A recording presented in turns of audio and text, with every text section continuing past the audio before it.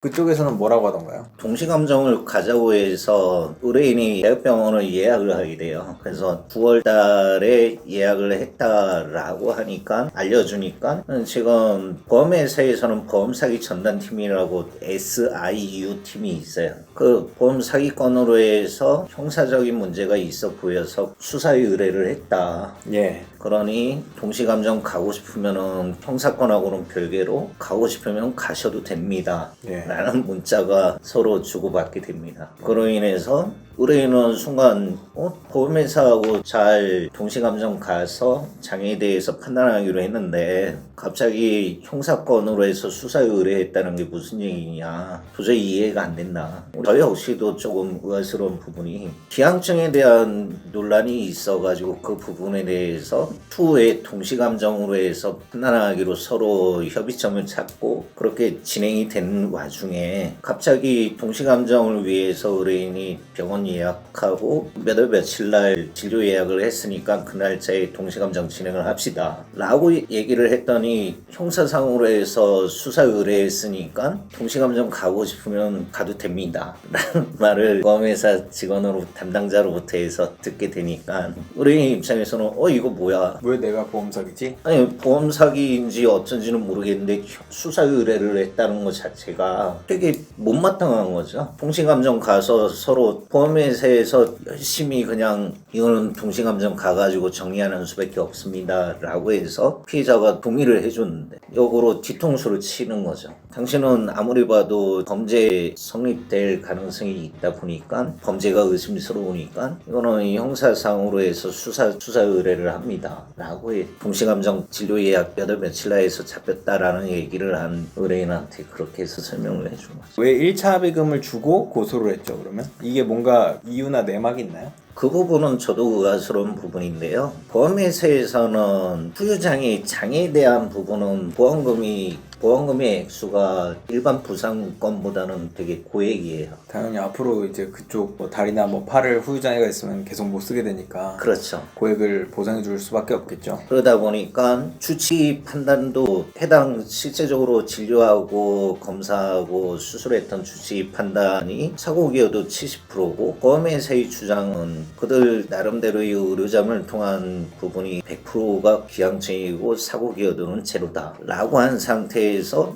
동시감정이라는 게 굉장히 보험회사에서는 부담이 됐을 거예요. 거액의 보험금을 줄 수밖에 없으니까 결과는 주치 어쨌건 판단이 조금 우선이 돼요. 의료자문이라는 거는 의무기록하고 영상 자료만을 가지고 임의적으로 판단을 하거든요.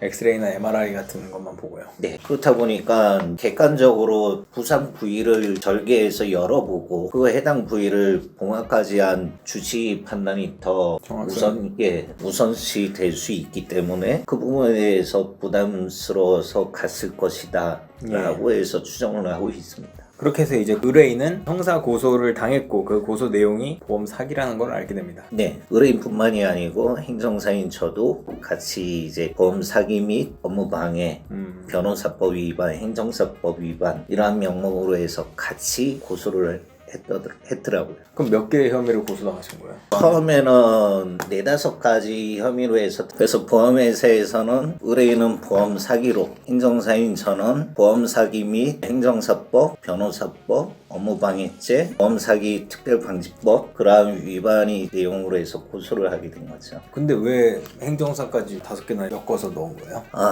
보험회사에서는 자체적으로 변호사가 있어요. 그리고 앞서 말씀드린 보험사기 전문팀인 SIU 팀하고 협의를 해가지고 이 정도의 내용이면은 이러한 죄가 성립이 될 것 같다라는 자신들만이 이제 판단을 했던 거겠죠. 그러다 보니까 의뢰인뿐만이 아니고 옆에서 돕고 있는 행정사를 제거를 하기 위해서 같이 이제 묶어가지고 넣었던 상황으로 추정하고 있습니다. 이 5개나 소송을 당하셨는데 이게 네. 굉장히 말이 안 된다고 해서 터무니없는 소송이다. 그래서 지금 심지어 보험사 앞에서 1인 시위를 하고 있다고 예, 하십니다. 그렇습니다. 맞습니까? 왜 이게 말이 안 되는 소송인지 한번 얘기해 주세요. 행정사는 행정사법에 명시되어 있는 과업을 수행하게끔 되어 있습니다. 보험회사는 그 부분을 제대로 이해하지 못하고 무조건 당신이 옆에서 의뢰인을 부추기고 청구서 작성이라든지 이러한 부분을 대행을 하다 보니까 의뢰인이 과도한 손해배상 주장하고 이게 보험 사기를 합법적인 부분으로 해서 돌리는 거 아니냐라고 판단을 하면서 당신 행정사로서의 그러한 업무는 변호사법에 얘기하고 있는 합의 조율 조정 이러한 부분을 중간에 해서 다 당신이 조율한 거 아니냐라는 착오를 하게 되는 거죠. 그로 인해서 이제 고소를 하고 그 부분이 관련돼서 법에 저촉이 되지 않는다라는 최종 검찰이 판단을 받게 됩니다. 그 왜 저촉이 안 된 이유는 뭔가요? 행정사법에 명시되어 있는 부분이 변호사법에 저촉될 정도의 부분까지는 아니다라는 판단이죠. 다시 쉽게 말씀드리면 보험금 청구 서류의 작성, 민원 서류의 작성, 제출 대행 이러한 부분들이 행정사법에 명시된 과업이라고 보는 거죠. 그렇기 때문에 그 부분이 변호사법이나 다른 타 법령에 저촉되지 않는 부분이고 그리고 보험회사 직원하고 통화했던 부분들이라든지 보험회사는 저랑 통화한 부분을 녹취록까지 제출을 했어요. 그 녹취록 속에서도 제 범죄 혐의 그러니까 변호사법 위반이라든지 이러한 분쟁 개입 요소들 그러한 부분들을 도에 지나치지 않고 법에 어긋나지 않은 정도의 합법적인 부분으로 해서 봤던 거죠. 정리하면 행정사법에 나와 있는 행정사의 고유 업무, 문서 작성 대행, 제출 대행 그냥 이런 것들을 한 거다. 변호사법 위반 정도로 뭔가 대단한 걸 한 게 아니다 라고 해서 이제 기각이 됩니다. 그래서 이제 5개 혐의 중에서 몇 개가 혐의 없음이 나왔죠? 다 기각이 됐습니다. 다 5개 전부 혐의 없음이 나왔습니다. 근데 이게 보통 소송을 당해서 혐의 없음 나왔으면 끝이다 이게 아니라 사실 소송을 당하면 사람이 굉장히 힘들어집니다. 그렇죠. 피곤해지고 어려워져요. 태어나서 처음으로 해서 경찰서에 불려가고 거기서 조사받고 이러한 부분들이 심리적으로 되게 위축이 될 수밖에 없어요. 그렇죠. 이제 고유 업무를 하는데 그 고유 업무를 했다고 해서 소송을 당하니까 당연히 위축이 될 수밖에 없겠죠. 진행하고 있는 업무도 나름대로 해서 보류를 할 수밖에 없는 상황이 오고요. 업무의 제한도 같이 수반이 될 수밖에 없고. 그렇죠. 보험 사기는 왜 혐의 없음이 나왔나요? 보험 사기는 실제적으로 행정사인 저하고는 크게 미치는 영향은 없어요. 왜냐면 주축이 이제 검찰에서 판단했을 때는 주축은 그리고 행정사법 위반이다. 실제적으로 청구권은 저한테 있는 행정사한테 있는 게 아니고 의뢰인한테 있다 보니까 제가 거기서 금전적인 이득을 해서 취할 성질이 아니다 보니까 그래서 사기로는 거론조차 하지 않습니다.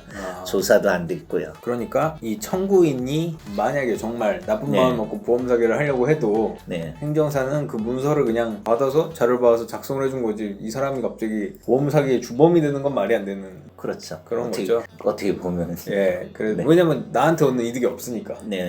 어쨌건 그렇습니다. 그래서 사건을 받았을 때 그 부분이 이제 범죄하고 관련이 돼 있다. 그거를 알면서 작성을 해준다 하면 문제가 되겠죠. 보험 사기인 걸 알면서 작성해 준 게 아니면 보험 사기가 될 수 없겠죠. 대충 해서 넘어가고요. 피해자는 그러면 보험 사기 고소를 당했습니다. 어떻게 됐나요? 피해자 역시도 무혐의 처리가 됐어요. 경찰이나 검찰에서도 건강보험 심사평가원 통해서 자료를 받고 확인해보고 여러 가지 사항들 보험회사에서 하지 못하는 조사를 했더라고요. 그 부분 속에서 비양증 부분, 사고 기여도 부분만 해서 논란이 되는 부분이지 보험 사기는 아니다 라는 판단을 했던 거죠. 전부 무혐의가 나왔습니다.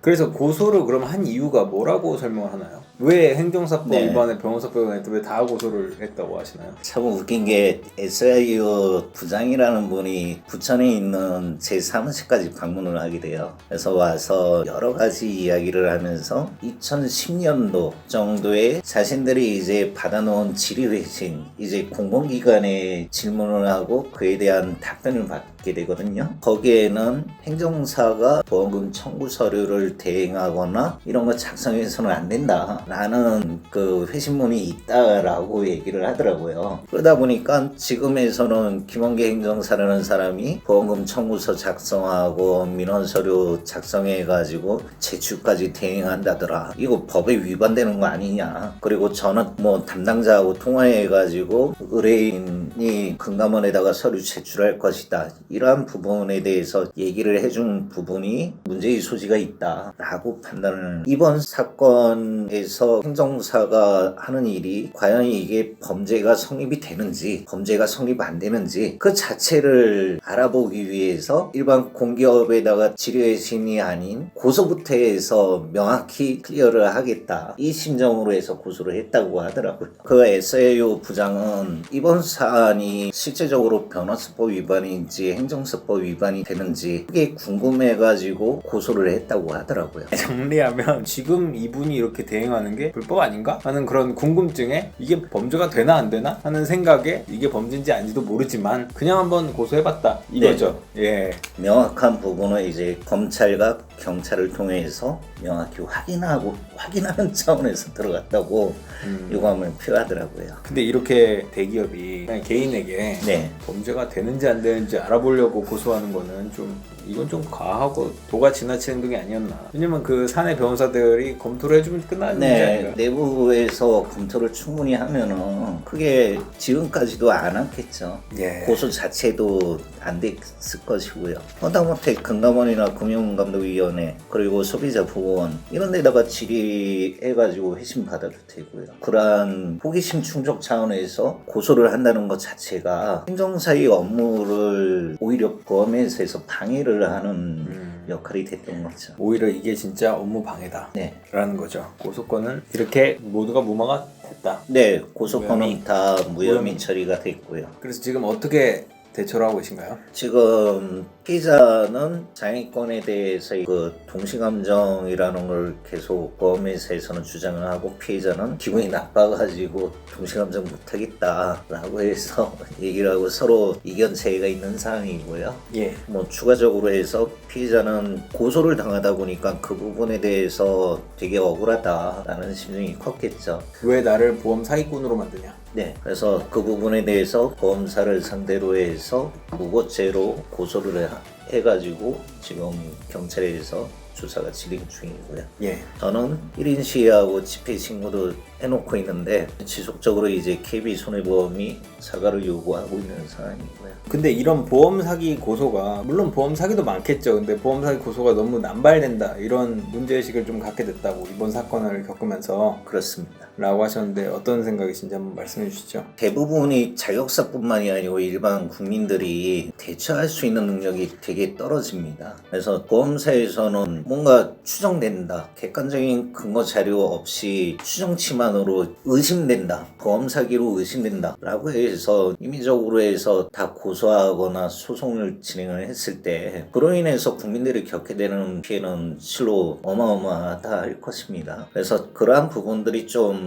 조절이 돼야 될 것이고요. 우리나라 손해보험협회라든지 생명보험협회 그리고 보험사를 통제하고 있는 금융감독원에서는 그러한 피해자들 상대로 해서 하고 있는 보험회사의 횡포라든지 이러한 부분에 대해서 명확히 통제하고 선의 피해자가 발생되지 않게끔 현명한 조치를 취해야 되지 않을까라는 생각을 합니다. 현명한 조치라면 어떤 거죠? 고소 남발이라든지 이러한 부분들의 뭐 조절을 할 수 있는 통제 대책? 손해보험협회라든지 생명보험협회는 분기 단위나 연간 단위로 해서 보험사에서 손해배상 청구 소송이라든지 부당이득 금하는 소송이라든지 아니면 형사건으로 해서 고소 고발하는 케이스들 이러한 현황을 종합을 하고 있는 걸로 알고 있어요. 그래서 그 현황들이 보험사에서 개인을 상대로 한 부분들이 좀 줄어들어야 되지 않을까. 물론 범죄 사실이 명확하다, 객관적인 근거가 명확하다, 처벌받아야 되는 범죄를 저질렀으면 당연히 사회적으로 해서 처벌을 받는 게 맞아요. 하지만 그 속에 있는 선의 피해자들, 지금 이 사건이 피해자인 현모 씨처럼 기한증 부분에서 서로 의견이 다르다고 해서 고소를 통해서 피해자를 압박하고 같이 이를 도와주고 있는 행정사를 억압하는 부분은 이거는 보험사의 횡포라고 볼 수 있는 거죠. 고소라든지 민사적인 소송을 소송을 통해서 보험 해약이라든지 보험금 삭감 지급을 하기 위한 보험회사의 노력들 이 부분은 좀 자제되어야 된다고 생각합니다. 알겠습니다. 마지막으로 하고 싶으신 말씀 있으신가요? 국민들한테 끼치는 보험사의 영향 잘못된 쪽으로 흘러서는 안 된다고 생각을 해요. 국민들이 의지할 수 있는 부분, 보험은 필수 불가결한 부분이라고 생각을 해요. 우리나라의 모든 국민들이 생명이 연장되고 오래 살잖아요. 지금 뭐 100세 시대, 120세대, 120세 보험까지 해서 나오고 있는 상황인데 필요한 부분에 따라서 이 보험을 가입을 합니다. 그 가입된 보험 제대로 된 보상 처리가 진행이 돼야 될 것이고요. 지금처럼 이 사건처럼 해서 선의 피해자가 발생되어서는 안 되고요. 또한 피해자들, 의뢰인들을 도와주는 자격사를 함부로 국가에서 발행해준 자격사들을 함부로 임의적으로 사기꾼 취급하면 절대 안 된다고 생각합니다. 약한가요? 알겠습니다. 네. 너무 힘들었어요. 죄송해요. 머릿속에 있는 게 입으로 잘 안 나오다 보니. 1시간 50분째 찍고 있는데 안녕하십니까. 저는 부천에서 행정사 너무 떠시는 거 아니에요? 물렁친데. 네. 다시 해주세요. 안녕하세요. 저는 부천에서 행정사 사무실을 하고 있는 김원기 행정사라고 합니다. 이번 보험회사 허위로 이제 다른 데서 다쳐가지고 와서는 잘 정리해서 말씀하세요. 네. 오늘 편집하기 상당히 어려울 것 같은데 이거